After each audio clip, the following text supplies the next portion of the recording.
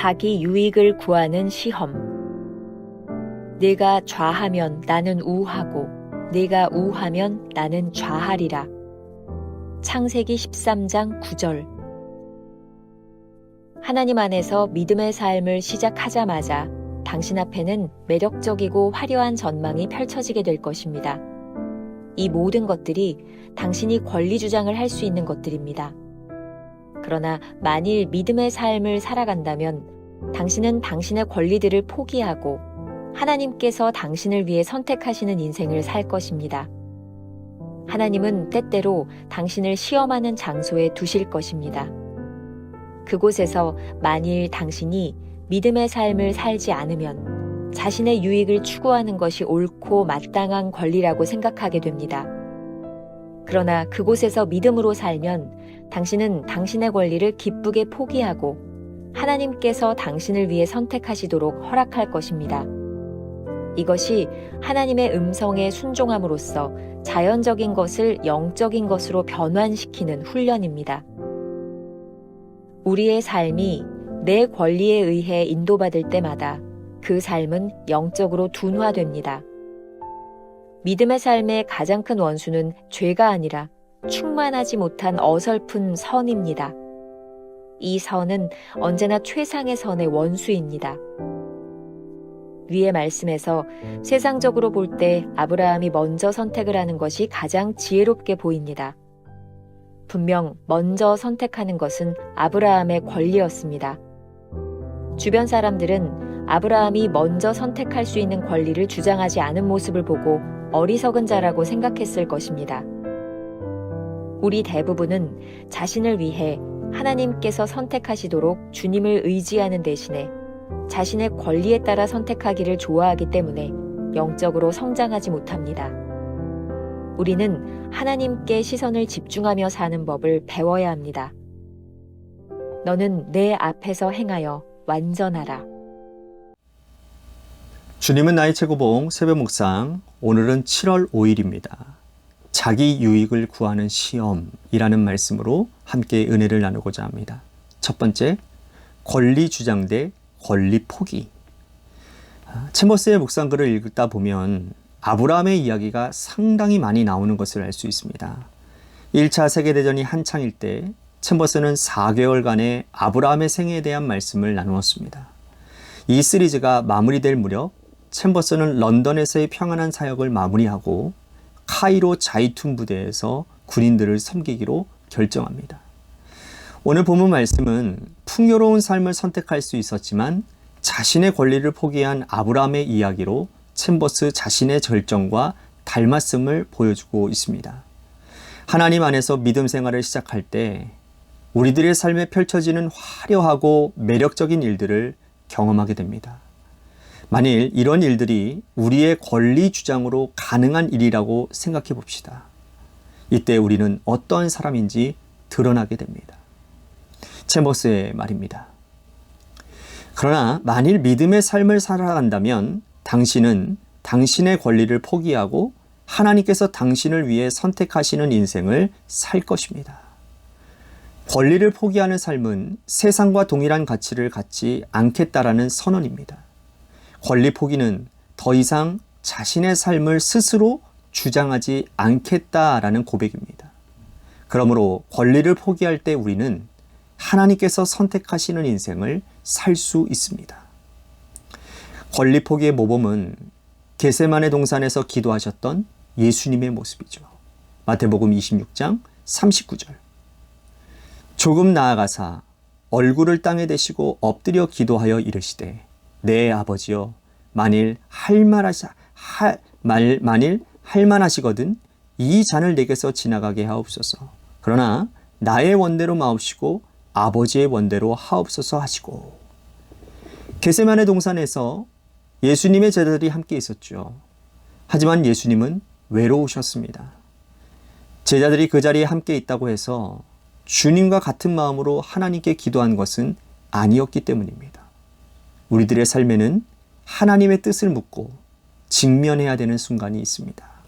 그때 우리 곁에 가족이나 또는 다른 성도들이 함께 있다고 해서 그들이 우리의 기도를 대신해 줄 수 있는 것은 없습니다. 오로지 홀로 하나님과 마주해야 될 순간인 것이죠. 예수님께서 승리할 수 있었던 이유는 권리를 포기하는 기도를 드렸기 때문입니다. 우리가 하나님의 뜻이 이루어지기를 기도하면 하나님께서는 우리를 최선으로 인도해 주십니다. 권리를 포기하는 것은 하나님의 손에 온전히 맡기는 것입니다. 스포절 목사님은 365 아침 묵상이라는 책에서 이렇게 권면합니다. 하나님의 뜻이 이루어지게 해달라고 기도하십시오. 그러면 하나님께서 최선의 것을 결정해 주실 것입니다. 여러분의 기도를 하나님의 손에 기꺼이 맡기십시오. 오직 하나님께만 여러분에게 무엇을, 언제, 어떻게 주며 또 무엇을 주지 말아야 할지 알고 계십니다. 따라서 열심히 끈질기게 간청하되 겸손하게 자신의 뜻을 포기한 채 기도하십시오. 그러면 여러분의 기도는 반드시 응답될 것입니다. 이러한 일은 우리 신앙인들에게 종종 시험으로 다가오게 됩니다. 우리가 믿음의 삶을 살지 않기로 작정할 때 유익을 추구하는 것이 당연한 권리라고 생각하기 때문이죠. 반면에 믿음으로 살 때 우리가 경험하는 것이 있습니다. 챔버스의 말입니다. 그러나 그곳에서 믿음으로 살면 당신은 당신의 권리를 기쁘게 포기하고 하나님께서 당신을 위해 선택하시도록 허락하실 것입니다. 이것은 우리가 하나님의 음성에 순종할 때 일어나는 일입니다.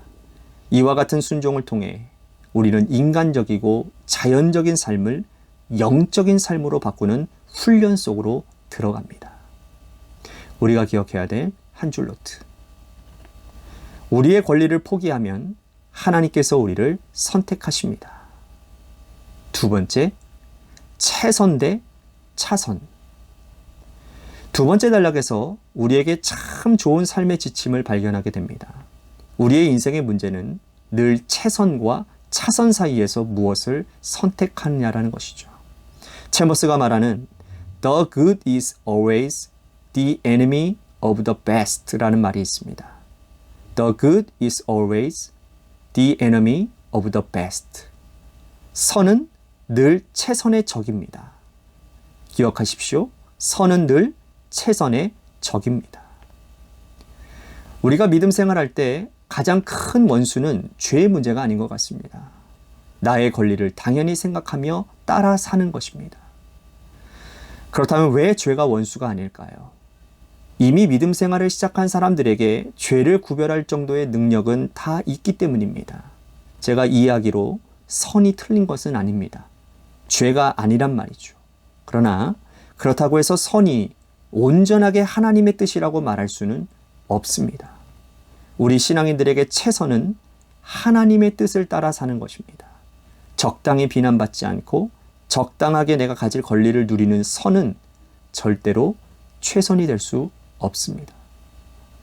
오늘 본문의 아브라함의 이야기로 돌아가 보겠습니다.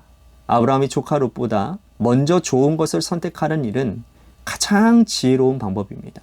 그렇다고 해도 다른 사람들이 아브라함을 비난할 사람은 아무도 없습니다. 그것은 그 당시에 마땅한 권리였으니까 말이죠. 어쩌면 아브라함이 마땅한 권리를 포기하고 조카 롯에게 선택권을 넘겨주었을 때 사람들은 아브라함을 어리석다고 말하지 않을까요? 그런데 하나님께서 원하시는 것은 마땅히 누릴 수 있는 권리가 아니라 하나님 앞에서 더 온전한 모습이라는 겁니다. 창세기 17장 1절 말씀, 너는 내 앞에서 행하여 완전하라. 완전이란 무엇이며 차선이 아닌 최선의 삶을 사는 것은 무엇일까요? 챔버스가 이렇게 말을 합니다. 우리 대부분은 자신을 위해 하나님께서 선택하시도록 주님을 의지하는 대신에 자신의 권리를 따라 선택하기를 좋아하기 때문에 영적으로 성장하지 못합니다. 우리는 하나님께 시선을 집중하며 사는 법을 배워야 합니다. 우리가 기억해야 될 한 줄 노트. 하나님은 우리가 마땅한 권리를 누리기보다 하나님 앞에서 더 온전한 것을 생각하며 결단하기를 원하십니다. 오늘 하루 우리가 품고 살아가야 될 질문입니다. 지금 당신이 마주한 선택의 순간에서 최선의 선택과 차선의 선택은 각각 무엇인가요? 기도하겠습니다. 오늘 말씀도 우리들에게 큰 도전이 됩니다. 우리는 권리를 주장하는 사람인지, 아니면 하나님 앞에서 우리의 권리를 포기하는 사람인지, 우리는 늘 우리가 원하는 선을 따라 사는 사람인지, 아니면 하나님 앞에서 최선의 것을 선택하며 사는 사람들인지, 우리의 권리를 포기하는 것, 쉬운 일이 아닙니다. 우리가 어느 정도 선을 따라 살아가는 것, 그것이 어쩌면 우리들에게 훨씬 더 쉬운 일일지 모릅니다. 하나님은 오늘 우리들에게 말씀하십니다. 너희가 내 앞에서 완전하라. 너희가 내 앞에서 최선의 것을 선택하며 살아라. 오늘 하루 우리들이 하나님 앞에 이러한 삶을 살아내며 결단하고 또 하나의 간증을 쌓아가는 날이 되게 하여 주옵소서. 예수님의 이름으로 기도합니다. 아멘.